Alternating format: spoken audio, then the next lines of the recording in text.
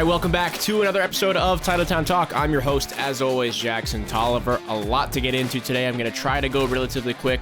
My amazing girlfriend, Charlotte, just got a job as a producer at NBC Sports Boston, so we're going to go out to celebrate tonight. Shout out to Charlotte if you are listening. You're the best. So proud of you. But, of course, we have so much to go over today. It's a beautiful day in Boston, not just because of the weather, but because the Celtics have moved on to the second round of the NBA playoffs, finishing their series against the Miami Heat 4-1. Celtics were able to win last night's game 118-84. Just utter domination these last three games from the Celtics. None of them were close.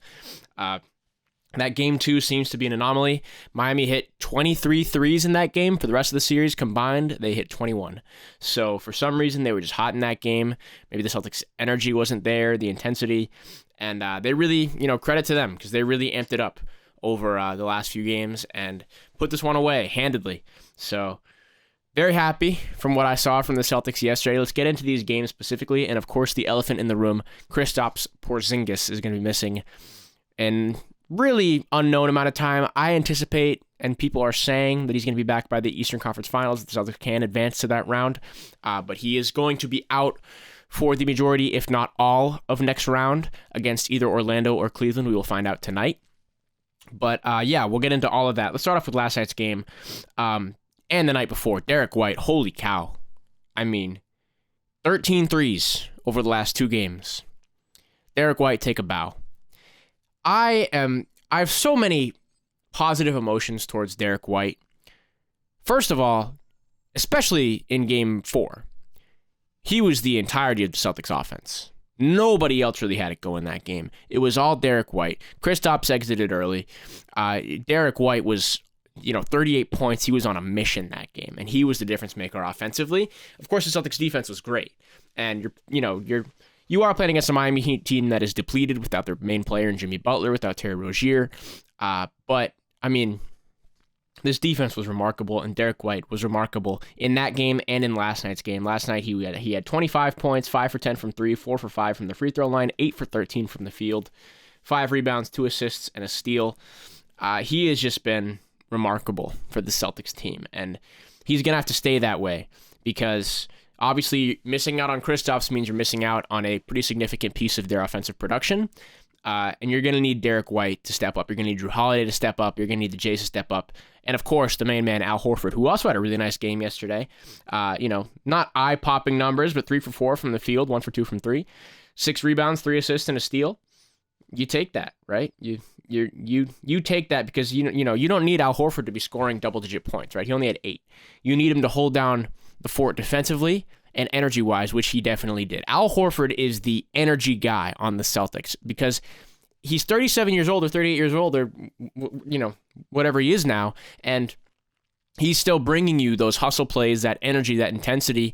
And when he gets lit, when he gets hyped up, the Garden feels it, right? He is so in tune with the energy of the Garden, and that changes things so much. The Heat could not get by the Garden's energy last night. It was just too much for them to handle, frankly. In addition with the Celtics defense and their physicality on that end of the ball. And, offensively, it's like, the Celtics had a lot of problems last night. They had 15 turnovers, or 14 compared to Miami's 6. Those are things that you have to iron out. Shot 40% from 3. Miami shot 10% from 3. So it's like some of it is, yes, Miami's a bad team. Some of it is Boston played good defense. Some of it is that Boston was getting bailed out because the Heat don't have the horses to play with the Celtics. They really don't, even without Kristaps. So, if I had one, a few things that I had to critique, the turnovers. And something that worries me is that we still haven't seen this Celtics team deal with crunch time offense at all. Throughout, I guess game 2 was kind of crunch time. They were down 6 with some time to go. They could have went on a run, and they didn't. They faltered. All 4 of their wins were double digits. They were blowouts. So that kind of concerns me because going forward, it's not going to be all blowouts. You're going to have to deal with some crunch time situations, and I'm not sure if I trust the Celtics to be able to buckle down and, win crunch time games. Hopefully I'm wrong. Hopefully they'll just cruise right on through. Now, the loss of Kristaps Porzingis is interesting to me. Yes, it sucks, right? There's no two ways around it. Kristaps is a great player. He's a huge difference maker for the Celtics squad. Do I think that it would be the end of the Celtics championship hopes if Kristaps wasn't able to play for the rest of the season. No. They were 21-4 without him this season, 9-3 against playoff teams. Al Horford is Al Horford. I think Luke Kornet is very serviceable. He had a plus 21 last night with, what do you have, 7 rebounds, 2 points. It's like, his numbers aren't going to be eye-popping. He's obviously very far from the offensive threat that Kristaps Porzingis is, but Luke Kornet is somebody who just does their job. He just does his job. He comes in, he sets good screens, he plays good defense. I mean, he was playing great defense on Bam Adebayo last night. Bam Adebayo, all things considered, 10 for 26 with a minus 32. That's not great for him at all. 23 points, it's like, that's fine, but you have to consider the fact that he took 26 shots. So he needed 26 shots to get to 23 points. That's just not good for him or for any metric. So Luke Kornet, I thought, did a really good job on him. Al Horford, I thought, did a really good job on him. And I'm not worried because next round you're going to have Jarrett Allen, who's not nearly as much of an offensive threat as Bam Adebayo is. Evan Mobley kind of is, but I would put Al Horford on Mobley. And then Jarrett Allen, I don't know what we're going to do. That is the one thing that concerns me if it is Cleveland, and I shouldn't get ahead of myself. It could also be Orlando. But the double big lineup in Cleveland scares me a little bit without Kristaps because the Celtics are going to be lacking on size, and I think they're going to get out-rebounded in a few of those games. But I digress. I think they're fine without Kristaps, especially if he comes back for the finals. The finals would be my only real concern, and I guess the Eastern Conference Finals as well. I don't want to, discredit New York or Philadelphia or Milwaukee, even if, Giannis and Dame might come back tonight. They're saying they could dig themselves out of that hole. So whoever it is in the Eastern Conference Finals, I don't want to discredit them entirely.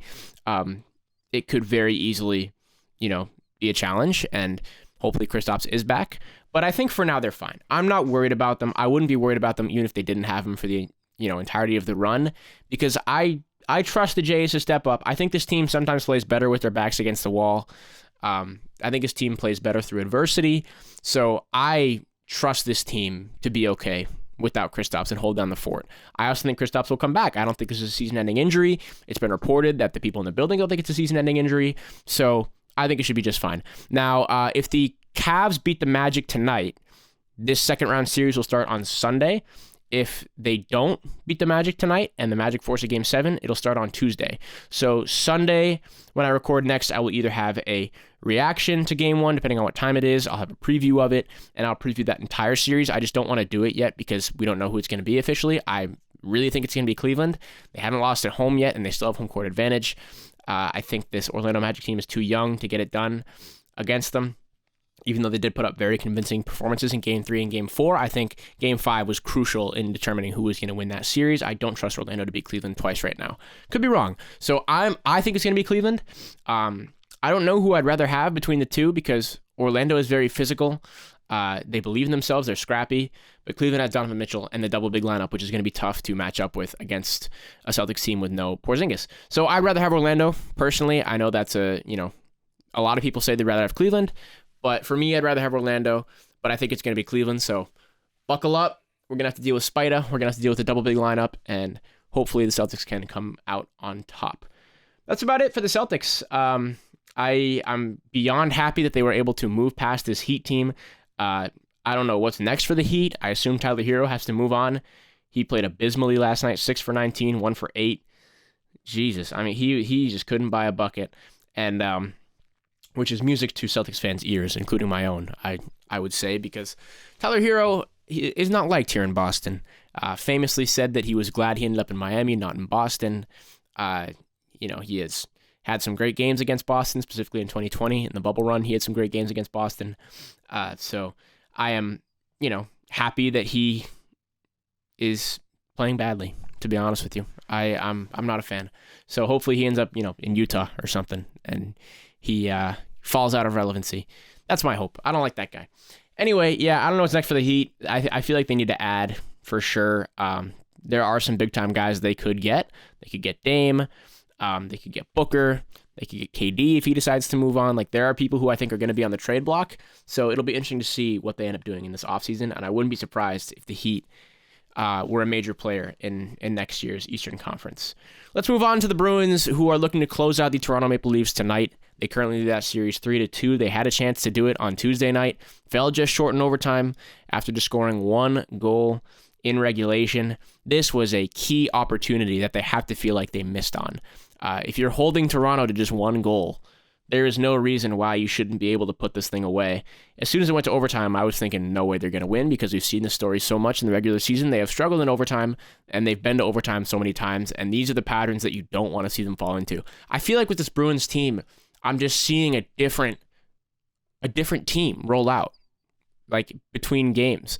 I thought game 1 and 2, Bruins weren't good. I think they got lucky in game 1 scoring 5 goals, but metrics would tell you that Toronto should have won that game like 80% of the time. Game 2, they were awful. Game 3 and 4, they were great on the road. Game 5, they come back to the Garden. They're not good. So what is it with the Bruins' lack of ability to finish series off in TD Garden? This is now the exact same thing that happened last year. They were up 3-1 and lost game 5 in overtime at home. And we all know how that series ended. So hopefully that doesn't happen again. I have faith that the Bruins can do it, but not tonight. I don't think the Bruins are going to wrap this thing up tonight. I think it's going to 7, and I think this year it's going to be different. I think they're going to have all that pressure, but they're going to be able to handle it this year. I don't think they win tonight. Like I said, I think they go to game 7. It's going to be pretty epic. And a lot of us were saying when this series was first announced, or, not announced, but when the series was first established, that the Bruins would be playing the Maple Leafs. I think a lot of us thought this would go to game 7 just because of the strength of both teams, but also the history of both these teams and how it's been to game 7 so many times. It just kind of felt inevitable. But then again, like, the Leafs are now without Austin Matthews, their best player and probably the best player in the NHL. How have the Bruins not been able to put this away? How did they not put it away on Tuesday? It is so frustrating. And, it's like, credit to Trent Frederick for that goal. He came out of nowhere to slot that in. And then the offense was just silent. Like, they lost control of the puck so much. They had so many giveaways. And it just was the same old story of the Bruins team on bad nights. They just can't get anything going. And, luckily it wasn't a case of the defense just, crap in the bed, because that's also happened during the regular season. The defense played great. Swayman played great. It's just the offense needs to do better. We need more from Marchand, from Pastrnak. We need more if the Bruins are going to make a deep run in this postseason. And it starts tonight. If they can prove me wrong and win the game tonight, then that's a great start to where they want to be. But they need to figure out a way to get themselves out of these bad habits. And they've done well enough in this series, even if they lose in 7. I don't think they're going to let Montgomery go. I don't think they're going to change the team around that much. I think this is the roster that you have, minus Marchand, who might retire after this season or after next season. This is your group of guys. And yes, we have some younger guys who are on our, third, fourth, second lines even that are going to get better. And, hopefully the trajectory of this team is only up. But for now, you have to nip these problems in the butt, because it's just unacceptable. It's just inexcusable the way they play when they play badly. It's just not good. So hopefully tonight they can wrap it up. Like I said, I don't suspect that they will, but I've been wrong before. Hopefully I'm wrong again. They can wrap this thing up tonight before they play the Florida Panthers next round, who I also give them a pretty good chance of beating just because of how they fared against them in the regular season, and also because they will definitely feel the pressure there against the team that knocked you out of the first round last year. So we need more from the offense. We need more from our stars, and take advantage, especially if Austin Matthews isn't playing tonight. Take advantage of that deficit that they have and capitalize on it. The offense needs to be better. You've been good on the road so far this year. No reason to stop now. I don't think they ended tonight. I think we're going to 7. So strap in. It's going to be an interesting series. An interesting finish to the series, regardless of how it shakes out. Let's keep moving on. Keep plugging away. Go to the Red Sox, who are rolling right now. Let me check the score of the game right now. It was 1-1 last I checked, and it is still 1-1 at the top of the 6th. But they are on a 4-game win streak right now. I talked about their absolute dismemberment of the Chicago Cubs on Saturday, 17-0. Sunday, they had another great win against the Cubs. A little bit of a lucky finish. They were leading for the majority of the game until the 8th inning, where Chicago hit a 3-run home run. And then at the bottom of the 9th, you had a runner on third. Tyler O'Neill blooped it up to left field, shallow left field, and they just couldn't catch it. It just fell off of his glove, the fielder, and that was the game. So that was good. And then I was there on Tuesday, Star Wars night. Shout out to the 501st Legion who were there in Star Wars costumes, and the Red Sox are giving away Star Wars jerseys.